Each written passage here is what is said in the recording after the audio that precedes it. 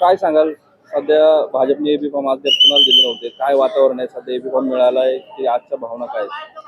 आजच्या भावना अशा आहेत, ॲक्च्युली मी बरेच वर्ष राजकारणामध्ये सक्रिय आहे. मी माझी पत्नी मागील 7-8 वर्षापासून आज समाजसेवेचा जो ध्यास घेतला होता, त्या ध्यासापोटी आज काळेवाडी प्रभागामध्ये अनेक विकास कामे आम्ही करत होतो. परंतु मी ज्या पक्षाकडून जास्त इच्छुक होतो, ज्या पक्षाकडून मी एवढी कामं केली, त्या पक्षाने माझी दखल घेतली नाही.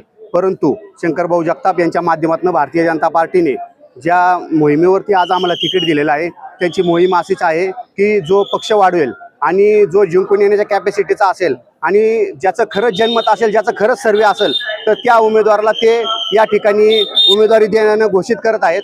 तसं पाहायला गेलं ना तर काळेवाडीमध्ये जवळपास मी मागच्या 5-7 वर्ष जी कामं केली, त्या कामाची पोचपावती म्हणून जनतेने सर्वेमध्ये मला कल दिला होता.